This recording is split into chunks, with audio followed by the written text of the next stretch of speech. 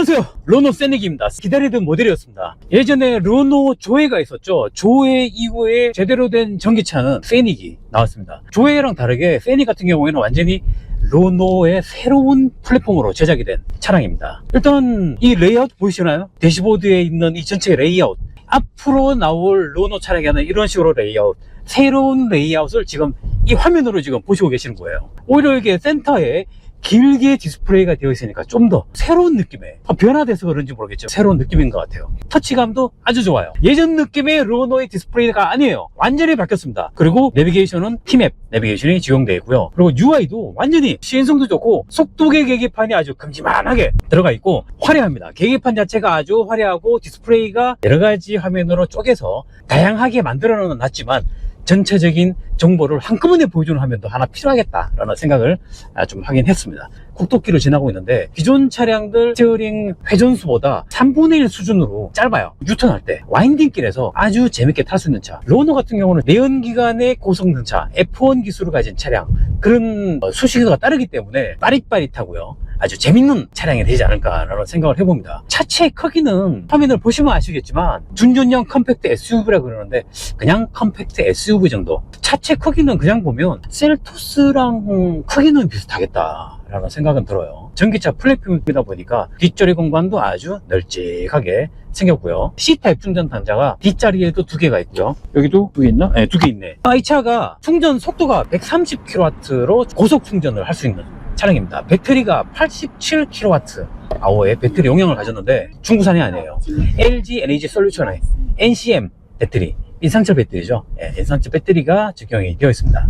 일단 87kWh의 배터리는 용량 90에 가까운 배터리 용량을 갖고 있기 때문에 주행거리가 아까도 170 몇인데 지금 174km 달릴 수 있다고 나오네. 배터리 용량이 77%가 남았는데 주행 가능 거리가 475km. 왜 늘어나지? 저 지금 원페달로 달리고 있어요. 회생제동이 5단계로 나눠집니다. 이렇게 5단계로 끝까지 하면 원페달이 돼요. 이 원페달에 쓸 경우에 회생제동으로 해서 최고 입력 출력이 어느 정도 되느냐 물어봤더니 프랑스에서 온 데이터가 떴다고 하는데 제 생각에는 200kW 정도 출력이 나오지 않을까라는 생각은 하는데 배터리가 130kW로 받아들이기 때문에 딱 그 정도로만 나오지 않을까, 그 정도 수준으로만 나오지 않을까라는 생각을 해봅니다.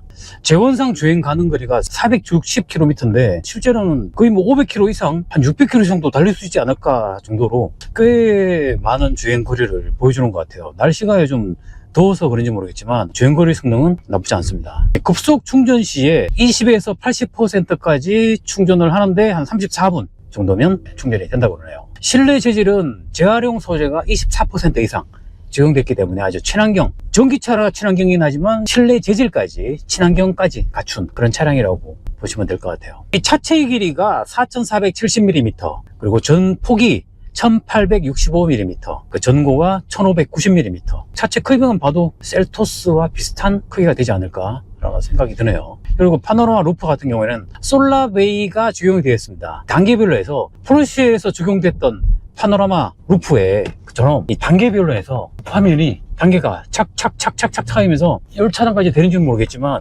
단계별로 해서 좋다, 이거 되게 신기하다, 완전 안 보여. 이런 거는 솔라베이 루프 진짜 괜찮네요. 단계별로 돼도 되고 은은하게 그냥 다시 밝아졌다 어두워졌다만 해도 정말 괜찮을 것 같은데 이렇게 디테일하게 해놓으니까 괜찮다는 생각이 듭니다. 단 한 가지, 대부분이 만족스러운데 한 가지 요 부분이 왜 없을까 라는 생각이 드는 게 헤드업 디스플레이가 있었으면 좋았겠다 라는 생각을 하게 되네요. 이 차의 모터 출력 같은 경우는 160kW입니다. 마력으로 환산하면 218마력 정도 되죠. 토크는 300Nm. 드라이브 모드 같은 경우에는 컴포트, 스포츠, 에코, 페로소 4가지 드라이브 모드가 있는데 스포츠 모드에서 이 차의 토크감 300Nm의 토크 어느 정도 되나? 이 정도. 역시 전륜 베이스이기 때문에 끌고 가는 이 느낌이 160kW 2개가 들어간다, 고성능 버전으로 만약에 나온다 듀얼 모터로 나온다 그러면 야 진짜 끝내줄 것 같아요. 일단은 이 르노차 같은 경우는 기본기가 갖춰져 있잖아. 코너링 한번 볼게요. 오 쫙쫙 달라붙네. 와 차가 바닥을 누르는 것 같아. 확실히 전기차라 배터리 때문에 누르고 있긴 하지만 그 누르는 강도가 좀 다른 것 같아요. 오 재밌는데? 코너링 승능. 오 야 이 타이어가 잡아주는 게 이 차의 타이어가 CC예요. 미쉐린 크로스 클라이밋 2 타이어가 적용이 되어 있습니다. 기본기도 정말 잘 갖춰져 있는데 여기에 타이어까지 이렇게 접지력 좋은 그리고 성능이 좋은 빗길 성능도 좋은 이런 타이어가 적용되어 있으니까 와 코너링 성능뿐만이 아니라 접지력이 상당히 좋습니다. 제 차도 이 타이어를 꽂아놨는데 예전부터 몇 번 썼었죠. 자 고속도로에 진입을 했습니다. 자, 쭉 달리고 있는데요 하체 소음뿐만이 아니라 사이드 미러를 통해서 풍절음이 들리거든. 근데 만약 이 부분은 디지털 사이드 미러를 달았다면 어땠을까? 이 풍절음 완전히 없어질 것 같아요. 잘 만들었는데 이중 제품열도 아니에요. 잘 걸어주네. 좋은데? 저 같은 경우는 뭐 전기차를 타든 수소차를 타든 어떤 차를 타든지 간에 저 같은 경우는 회생제동을요 최대한 강하게 합니다. 지금은 원페달 모드, 현대기아차는 아이페달 모드로 항상 주행을 하는데 여기에 지금 길이 들어져 있기 때문에 전혀 불편함이 없어요. 왜 이렇게 다니느냐? 처음에는 뭐 0단계, 1단계부터 해서 2단계, 3단계까지 다녔어. 근데 원페달, 아이페달 모드로 다니다 보니까 버리는 에너지가 너무 아까운 거야. 최대한 빨아들이는 게 주행거리를 늘리는 데 도움이 되기 때문에 그냥 이렇게 다니고 있습니다. 이렇게 다니다 보니까 이제는 뭐 전혀 불편함이 전혀 없을 그런 습관이 바뀐 것 같은 그런 느낌입니다. 이렇게 다녀서 주행거리가 늘어나면 나한테 도움되는 거니까. 와, 잘 달리는데? 속도감이 없네.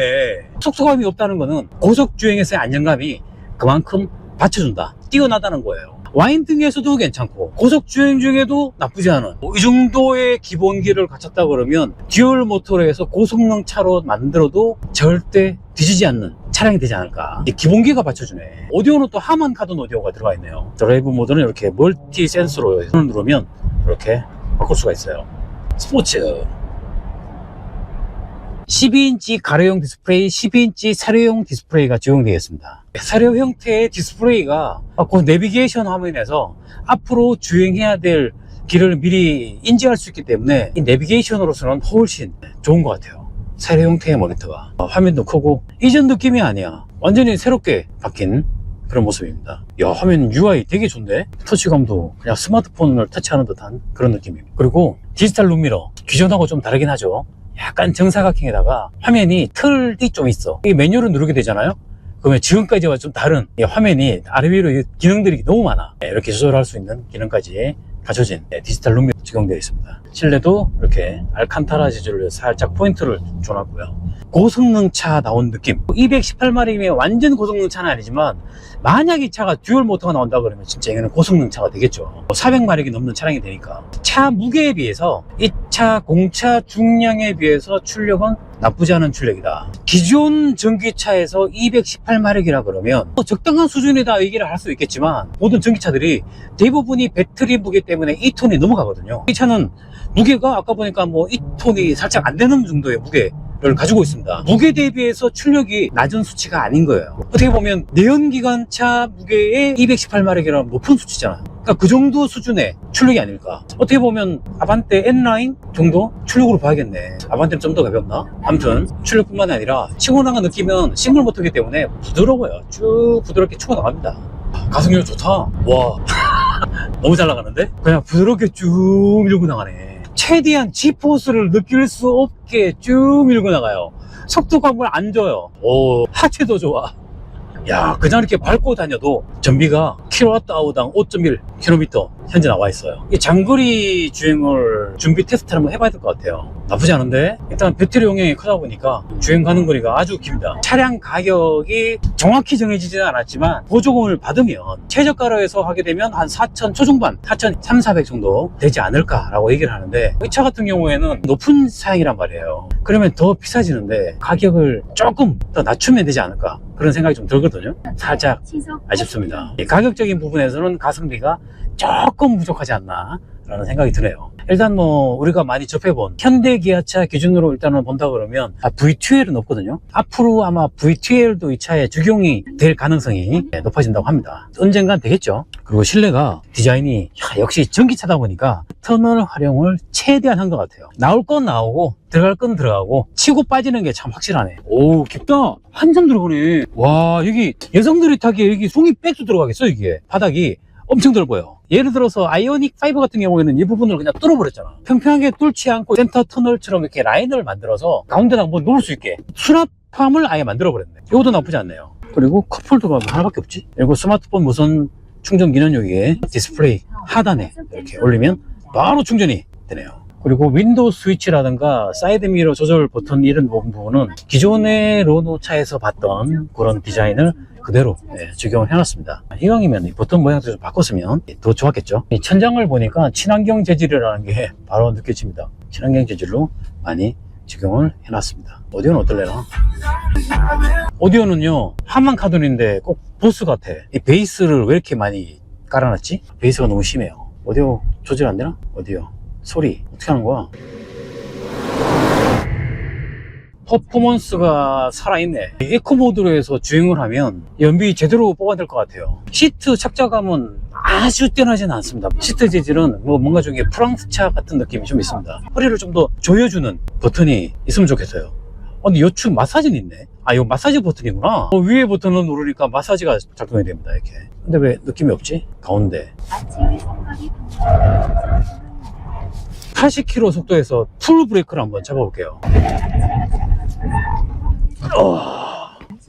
앞에 빨간 불이기 때문에 잡아봤습니다. 오, 브레이크 성능이 월등히 좋지는 않지만 잘 잡아줍니다. 끼기기기기 하면서 ABS가 늘리는 소리. 타이어가 어느 정도 많이 잡아주는 것 같아. 회생제동을 풀로 원페달로 했는데 이 정도였습니다. 만약에 회생제동을 껐을 때는 어떨지 한번 해볼까? 회생제동을 꺼볼까요? 회생제동을 0으로 했습니다. 지금 풀렸어. 완전히 안 멈춰요. 완전 타력입니다. 완전 타력. 회생제동 제로. 이 상태에서 풀 브레이크를 잡았을 때 어떨지 기대가 되네. 햅틱 기능도 있네. 뚱뚱. 햅틱이 아니라 진동은 없고요. 이 스피커를 통해서 나오는 이 버튼 터치하는 소리가 거의 햅틱인 것처럼 소리가 나요. 이 진동은 없습니다. 진동은 없는데 스피커에서 이 햅틱 기능처럼 표현을 해놨네요. 엉떠는 있는데 통풍 기능은 적용이 되지 않았습니다.